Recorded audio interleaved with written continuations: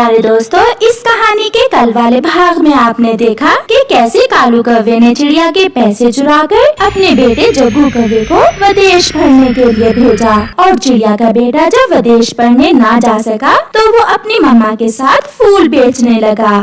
कालू कालू, हमारे जग्गू का फोन आया है, उसे कुछ पैसों की जरूरत है। मगर मेरे पास तो अभी पैसे नहीं है। हमारा बेटा जब विदेश से पढ़कर लौटेगा तो हम लुटा देंगे, तुम किसी से उधार ले लो।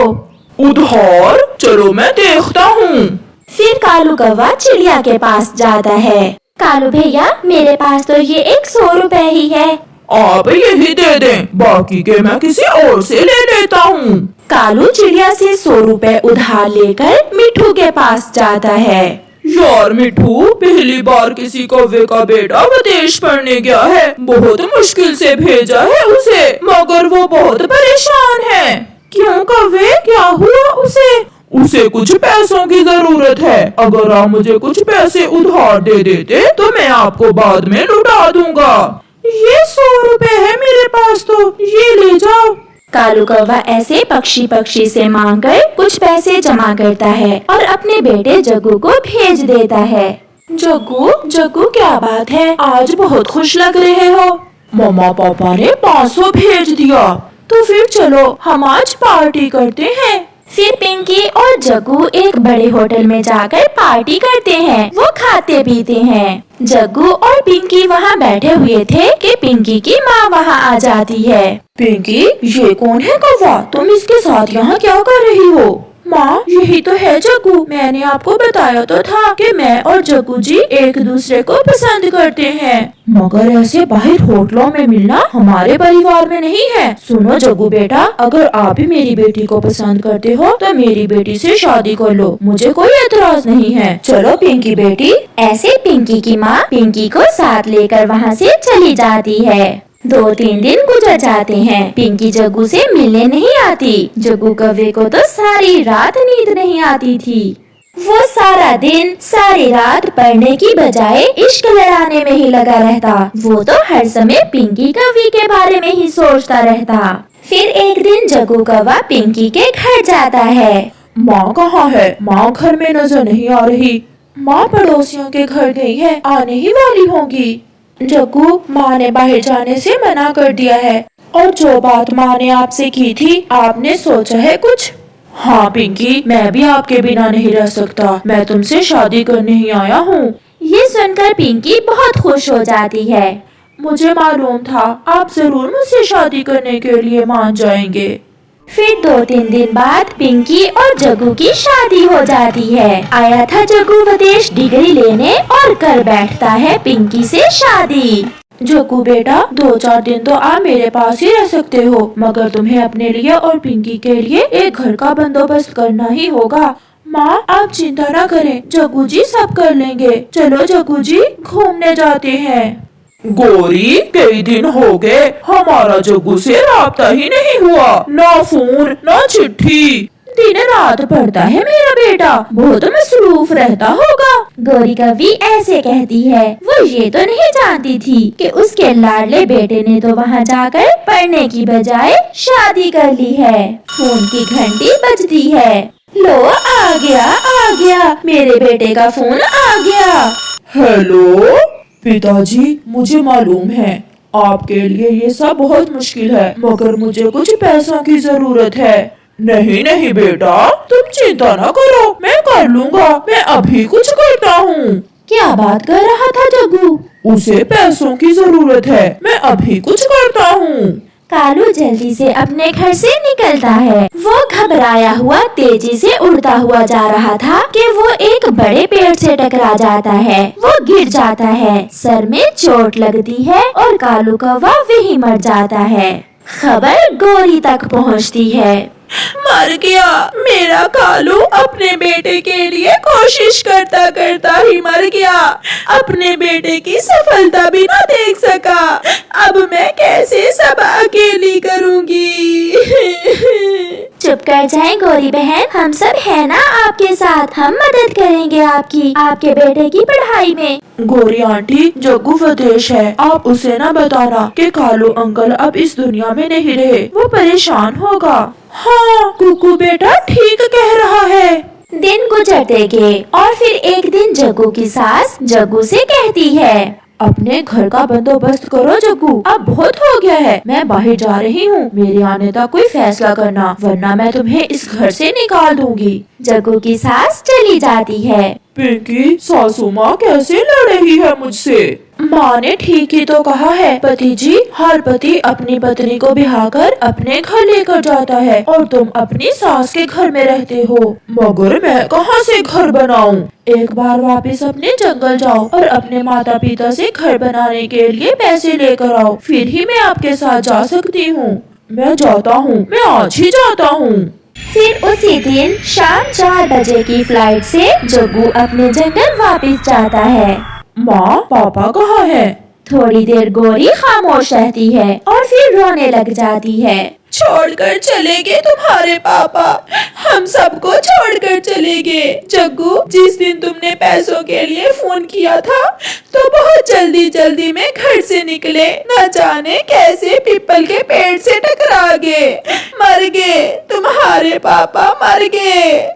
चुप कर जाए माँ, मैं हूँ ना, चुप कर जाए। माँ, मैं आपको अपने साथ लेने आया हूँ, अब यहाँ अकेली आप क्या करेंगी? हाँ बेटा, अपनी बूढ़ी माँ को साथ ही ले जाओ, तुम्हारी पढ़ाई भी अब खत्म होने ही वाली होगी।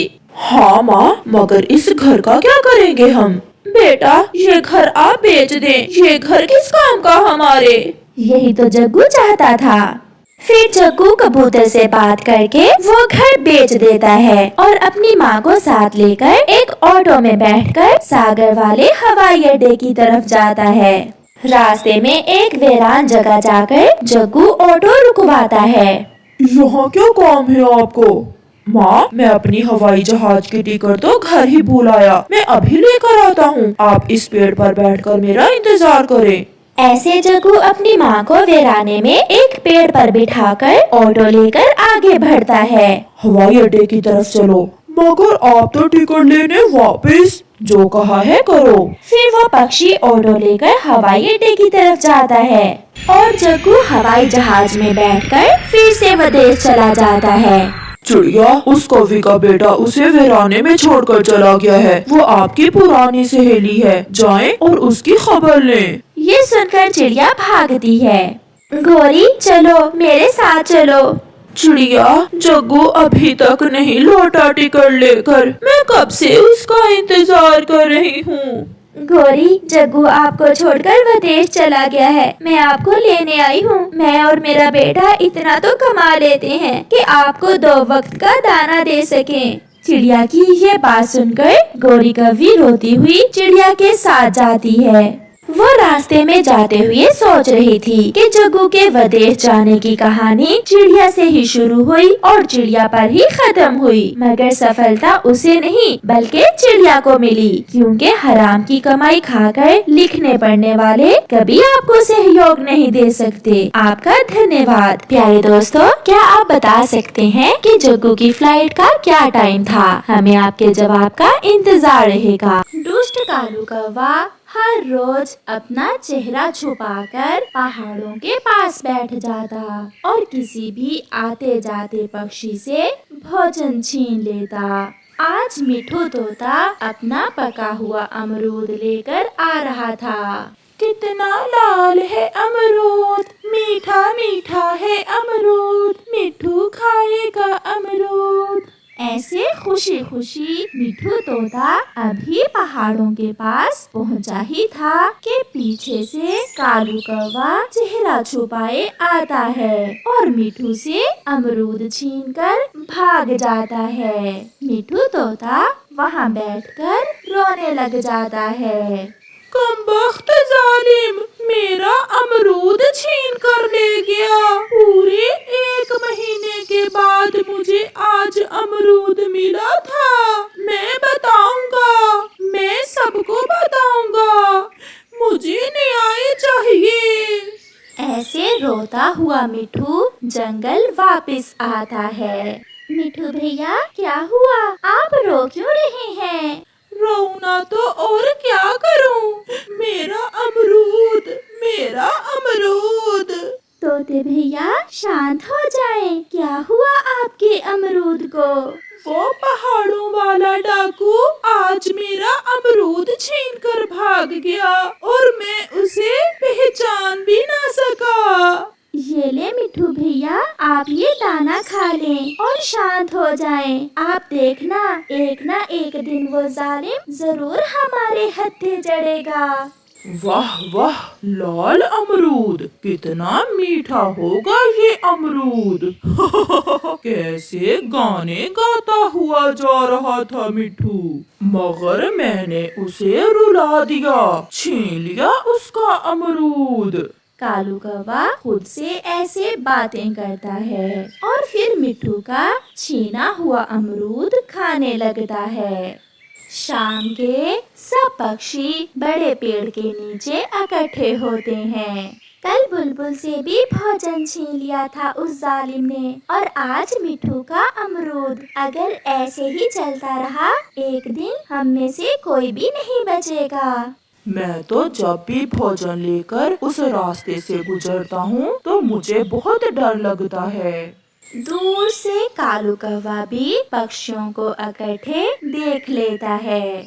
मुझे वहाँ जाना होगा, अगर ना गया तो सब मुझ पर शक करेंगे और मैं पकड़ा जाऊंगा। फिर कालू कौवा भी दूसरे पक्षियों के पास जाता है और जाते ही जोरों से रोने लग जाता है। मेरी मिठाई, कल मेरी मिठाई भी उस जालिम डाकू ने छीन ली और मुझे बहुत मारा, मगर मैंने शोर नहीं मचाया, क्योंकि अगर शोर मचाता तो वो मुझे जान से ही मार देता। उसके पेट में दर्द हो, आज उसने मेरा अमरूद छीन लिया। जब भी वो पकड़ा गया तो मुझे रोकना ना, मैं बहुत मारूंगा उसे।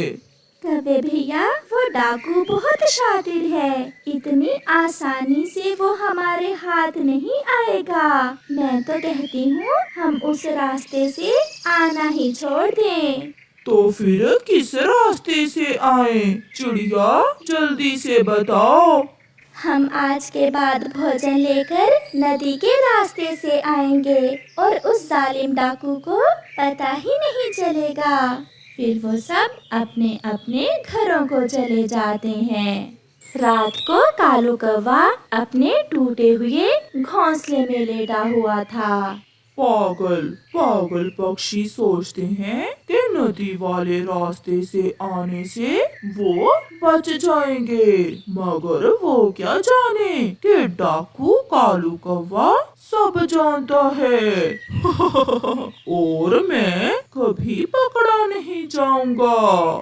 फिर कालू कौवा सो जाता है। कौवे को भूख लगी हुई थी और आज फिर कौवा अपना मास्क निकालकर अपना चेहरा छुपा लेता है और नदी के पास एक पुराने पेड़ के पीछे छुपकर बैठ जाता है। चिड़िया बेचारी किस्मत की मारी अपने बच्चों का भोजन लेकर आ रही थी। कालू कौवा उसे रोक लेता है। कौन है आप और मुझे क्यों रोक लिया है?